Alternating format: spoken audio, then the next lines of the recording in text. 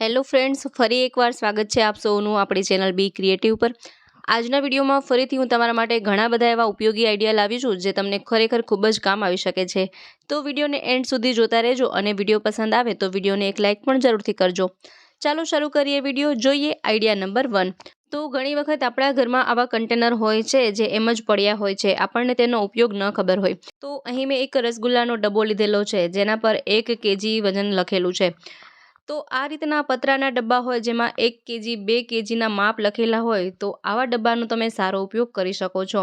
આવા કન્ટેનરને આપણે ઘઉં, ચોખા, બાજરી વગેરેમાં માપ માટે રાખી શકીએ છીએ। ઘણી વખત આપણે ઘઉં, ચોખા દળાવવાના હોય તો તેનું માપ લેવા માટે આપણી પાસે કોઈ એવી વસ્તુ ન હોય તો આ જે ડબ્બા 1 kg 2 kgનું માપ લખેલા હોય તેનાથી આપણે વસ્તુનો માપ અંદાજ લગાડી શકાય છે।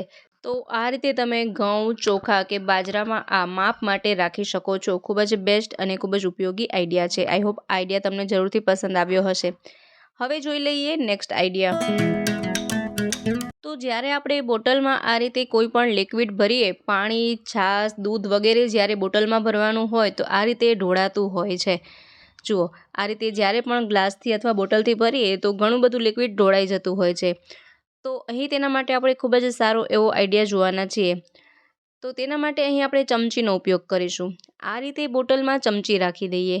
ત્યાર પછી આપણે આ લિક્વિડ આમાં ભરીશું। અહીં આપણે પાણી ભરીને જોઈ રહ્યા છીએ। પાણી હોય, છાશ હોય કે દૂધ હોય, બોટલમાં ભરવાનું હોય તો આ રીતે તમે ચમચીથી ભરી શકો છો। આથી શું થાય કે ચમચીને અડાડીને આ રીતે લિક્વિડ ભરવાથી તેનાથી સરસ ધાર થાય છે અને પાણી અથવા છાશ કે લિક્વિડ કંઈ પણ હોય તે જરા પણ ઢોળાશે નહીં। આ રીતે આપણે લિક્વિડને સહેલાઈથી ભરી શકાય છે। આઈ હોપ આઈડિયા પણ ગમ્યો હશે। હવે જોઈ લઈએ નેક્સ્ટ આઈડિયા। તો ઘણી વખત આપણી પાસે જે આ ચલણી નોટ હોય તે ફાટી ગઈ હોય છે તો બજારમાં કોઈ આ નોટ ચલાવતું નથી। તો આ નોટને ફરીથી કઈ રીતે તમે સાંધી શકો તે માટેનો ખૂબ જ બેસ્ટ આઈડિયા છે। તેના માટે અહીં આપણે મીણબત્તી લેવાની છે। આ રીતે મીણબત્તી સળગાવી અને તે મીણના ટીપા આપણે નોટ પર આ રીતે ઢોળીશું। ત્યાર પછી તે ટીપાને આ રીતે આપણે કરી લેવાના। જો વધારે નોટ ફાટેલી હોય તો આ રીતે બંને બાજુ આ મીણને લગાડવાનું છે, અથવા તો જો થોડી નોટ ફાટેલી હોય તો એક ટીપું મીણથી પણ તે તરત જ રિપેર થઈ જશે। અહીં આ મીણ થોડું ભીનું છે તે માટે આમાં થોડા દાગ દેખાઈ રહ્યા છે। સુકાઈ જશે તો ખબર જ નહીં પડે કે આ નોટને આપણે સાંધી છે। તો જ્યારે પણ નોટ ફાટી જાય તો આ રીતે મીણના ટીપાથી મીણથી તમે ફરીથી તેને સાંધી શકો છો। જુઓ, તમે જોઈ શકો છો અહીં આપણે નોટના 2 ટુકડા હતા તેને ફરીથી સાંધી લીધેલા છે। હવે જોઈ લઈએ નેક્સ્ટ આઈડિયા। તો ઘણી વખત આપણા ઘરે ઘણા બધા મસાલાના એવા પેકેટ પડ્યા હોય તો ઉપયોગમાં લીધા પછી તે આમને આમ ખુલ્લા પડ્યા હોય તો તેના માટેનો આ બેસ્ટ આઈડિયા છે। આપણે ફરીથી તેને કઈ રીતે સીલ કરી શકાય। જુઓ, તો પહેલાં તો આ પેકેટના જે 3 પાર્ટ છે તેને કાપી નાખવાના છે। એક પાર્ટ જ આપણે તેમાં રહેવા દેવાનું છે। તો આ 3 બાજુ મેં કાપી લીધેલી છે। હવે આ પેકેટને વચ્ચેથી આ રીતે થોડું વાળી દઈશું। જો આ રીતે તમે વિડીયોમાં જોઈ રહ્યા છો એ રીતે વાળી તો અહીં તેના 2 પાર્ટ થઈ જશે। હવે આ જે આપણે એક પાર્ટ રાખ્યો છે તેને આ રીતે તેમાં અંદર ઇન્સર્ટ કરી દેવાનો, ફોલ્ડ કરી દેવાનું। જુઓ, તો સરસ અહીં આ પેકેટ આ રીતે પેક થઈ જાય છે। જુઓ, એ જ રીતે આપણે બીજા પેકેટમાં સેમ એ જ પ્રોસેસથી આ જે 3 પાર્ટ છે તેને આપણે કટ કરી નાખીશું અને આ રીતે થોડું ફોલ્ડ કરી આ રીતે વાળી અને આ પાર્ટને તેમાં અટેચ કરી દઈએ। તો આ પેકેટ ફરીથી આ પેક થઈ જાય છે અને જે પણ આમાં વસ્તુ હશે તે હવાશે પણ નહીં અને ભેજ પણ નહીં લાગે। તો આ પણ ખૂબ જ બેસ્ટ અને સારો આઈડિયા છે। હવે જોઈ લઈએ નેક્સ્ટ આઈડિયા। તો દરેક ઘરમાં આ રીતની પ્લાસ્ટિકની વેસ્ટ બોટલ પડી જ હોય તો આપણે તેનો પણ ખૂબ સારો એવો ઉપાય જોવાના છીએ। તો અહીંથી આપણે આ બોટલને પહેલાં તો કટ કરી લઈએ। તેના માટે તમે ગરમ ચાકુનો ઉપયોગ કરી શકો અથવા તો આ રીતે કાતરથી પણ કટ કરી શકાય। આ રીતે 2 પાર્ટ કરી લેવાના છે। ત્યાર પછી આ પાર્ટને આપણે થોડું સરખું કરી લઈએ અને ત્યાર પછી તેમાં આ રીતે થોડા થોડા અંતરે કટ લગાડી દઈએ। આનો શું ઉપયોગ છે હમણાં આગળ વિડીયોમાં જોઈશું। તો આને તમે ટ્રાવેલિંગમાં ઉપયોગમાં લઈ શકો છો।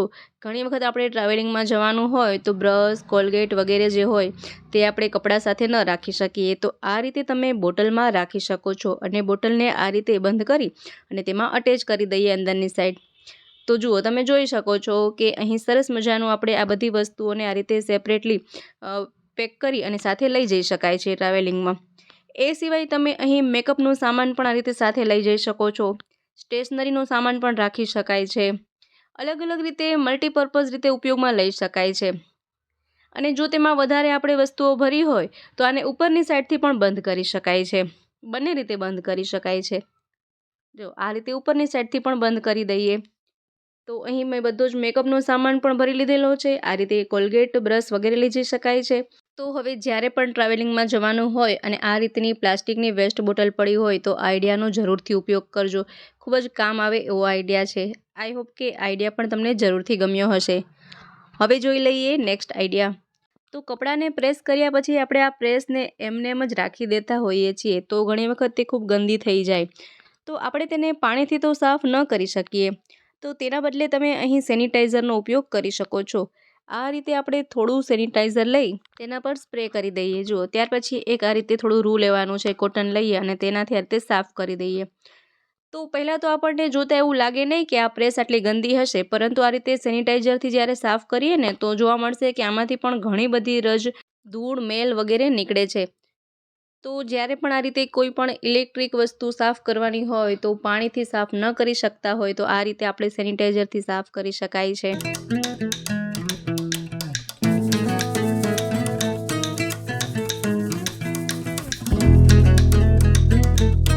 આઈ હોપ કે આઈડિયા પણ જરૂરથી ગમ્યો હશે. ત્યાર પછી હવે જોઈ લઈએ નેક્સ્ટ આઈડિયા. તો અત્યારે માર્કેટમાં ટમેટાં ખૂબ જ સસ્તા પ્રમાણમાં મળી રહ્યા છે. તો ટમેટાં મોંઘા થઈ જાય એ પહેલાં આઈડિયાને જરૂરથી અજમાવી લઈએ. તો અહીં મેં અડધો કિલો જેટલા ટમેટાં લીધેલા છે. તે ટમેટાને પહેલાં તો સારી રીતે ધોઈ નાખીએ. ત્યાર પછી તેને એક કોરા કાપડથી સારી રીતે લૂછી નાખવાના છે. આ આઈડિયા તમને ખૂબ જ પસંદ આવવાનો છે અને આઈ એમ શ્યોર કે આ આઈડિયા જોયા પછી તમે પણ જરૂરથી ટમેટાનો આ ઉપયોગ કરશો. તો અહીં મેં બધા જ ટમેટાને સારી રીતે લૂછી નાખ્યા છે. ત્યાર પછી આપણે કુકર લઈશું અને હવે આ બધા જ ટમેટાને તેમાં સમારી અને ટુકડા કરી લઈએ.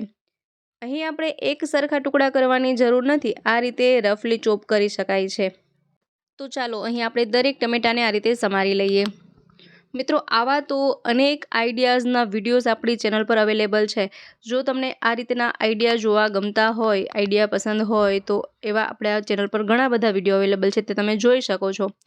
તો અહીં મેં દરેક ટમેટાને આ રીતે સમારી લીધેલા છે. ત્યાર પછી તેમાં થોડું પાણી એડ કરી દઈએ. ત્યાર પછી તેમાં 3 થી 4 લવિંગ એડ કરીએ અને એક તજનો ટુકડો એડ કરી દઈએ.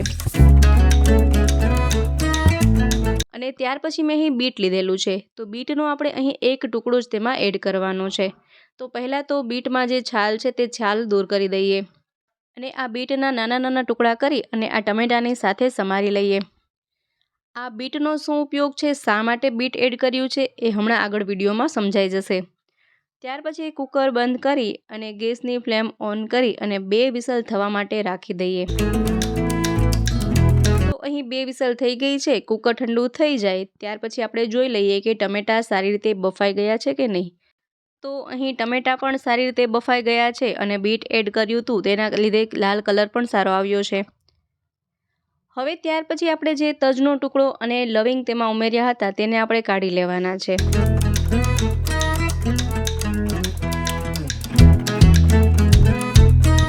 ત્યાર પછી આપણે એક મિક્સર જાર લઈશું અને મિક્સર જારમાં આ બાફેલા ટુકડાને પાણી સહિત તેમાં એડ કરી દઈએ અને તેને સારી રીતે પીસી લઈએ.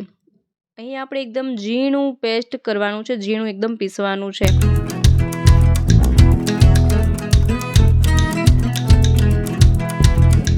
તો મેં અહીં ટમેટાને પીસી લીધેલા છે. ત્યાર પછી એક વાસણ લઈશું અને તેમાં આ ટમેટાની પ્યુરીને કાઢી લઈએ અને તેને આપણે ગાળવાનું છે. જો ગાળવા માટે તમારા પાસે સ્ટ્રેનર ન હોય તો આ રીતે જારાનો પણ ઉપયોગ કરી શકાય છે.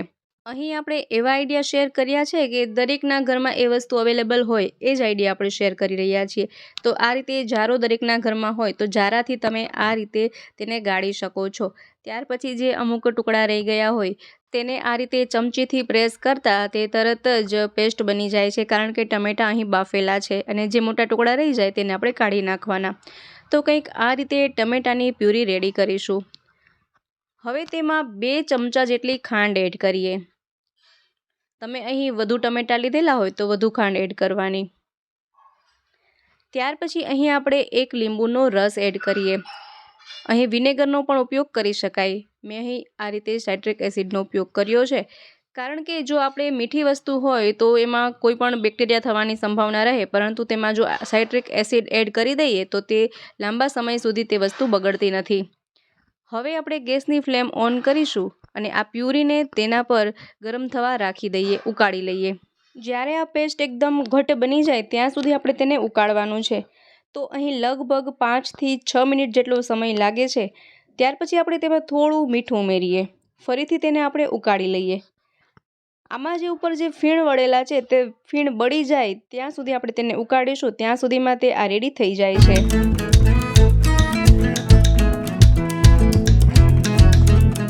તો અહીં 5 મિનિટ જેટલો સમય થયો છે અને આ ટમેટાં સારી રીતે ઉકળી પણ ગયા છે અને એકદમ ઘટ્ટ પેસ્ટ બની ગઈ છે.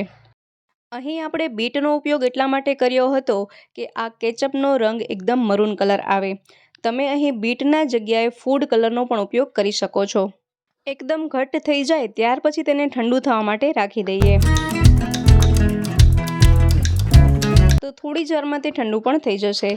તો જુઓ, ઠંડુ થઈ ગયા પછી કંઈક આ રીતે બનીને રેડી થાય છે. તો અહીં આપણે રેડી કર્યું છે ટોમેટો કેચઅપ. જી હા, ખૂબ જ સહેલી રીતથી અને ખૂબ જ ફટાફટ અને સસ્તા ટમેટામાંથી આપણે અહીં ટોમેટો કેચઅપ બનાવીને રેડી કર્યું છે. ત્યાર પછી કોઈ પણ એક પ્લાસ્ટિકની બોટલ લઈશું અને તેમાં આ ટોમેટો કેચઅપ આપણે ભરી લઈએ. જ્યારે આપણે ટોમેટો કેચઅપ માર્કેટમાં ખરીદવા જઈએ ને તો ખૂબ મોંઘા ભાવમાં મળતું હોય છે, પરંતુ તમે આ રીતે તેને ઘરે જ ફટાફટ અને સહેલાઈથી બનાવી શકો છો.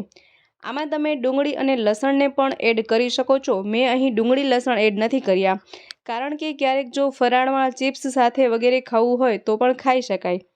એ માટે મેં અહીં ડુંગળી લસણ એડ નથી કર્યા. તમે એડ કરી શકો છો. જુઓ, તો કંઈક આ રીતે આપણે ઘરે જ ટોમેટો કેચઅપ બનાવી શકાય છે. ત્યાર પછી બોટલ પરનું રેપર દૂર કરી દઈએ. તો ચાલો આપણે ચેક પણ કરી લઈએ કે શું માર્કેટમાં મળે તેવું જ આ કેચઅપ બન્યું છે કે નહીં. તો તેના માટે મેં અહીં માર્કેટમાંથી લીધેલું રેડીમેડ ટોમેટો કેચઅપ લીધેલું છે અને આપણે જે ઘરે બનાવ્યું હોમમેડ ટોમેટો કેચઅપ પણ લીધેલું છે. બંનેને આપણે સાઈડમાં આ રીતે પ્લેટમાં કાઢી લઈએ.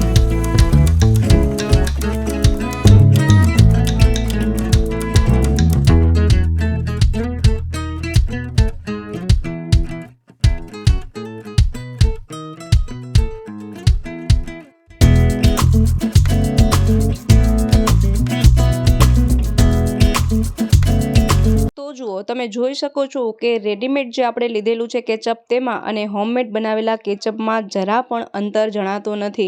જુઓ, અહીં પણ આપણે નો ગાર્લિક નો ઓનિયનવાળું જે કેચઅપ લીધેલું છે અને આમાં પણ ડુંગળી લસણ એડ કર્યા નથી અને બંને દેખાવમાં એક જ સરખા લાગી રહ્યા છે. પરંતુ આપણે જે ઘરે કેચઅપ બનાવ્યું છે તેમાં આપણને 100% ખાતરી છે કે આપણે તેને શુદ્ધતાથી બનાવેલા છે.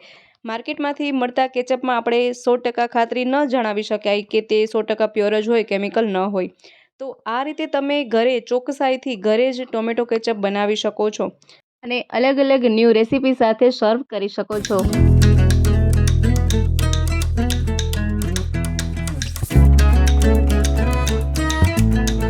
તો મિત્રો, આશા રાખું છું આજનો વિડીયો તમને જરૂરથી પસંદ આવ્યો હશે, સાથે દરેક આઈડિયા પણ પસંદ આવ્યા હશે. વિડીયો પસંદ આવ્યો હોય તો વિડીયોને એક લાઇક કરજો, શેર કરજો, તેમજ અમારી ચેનલ પર નવા હોય, પહેલીવાર ચેનલ પર વિઝિટ કરી રહ્યા હોય તો ચેનલને સબસ્ક્રાઈબ પણ જરૂરથી કરજો.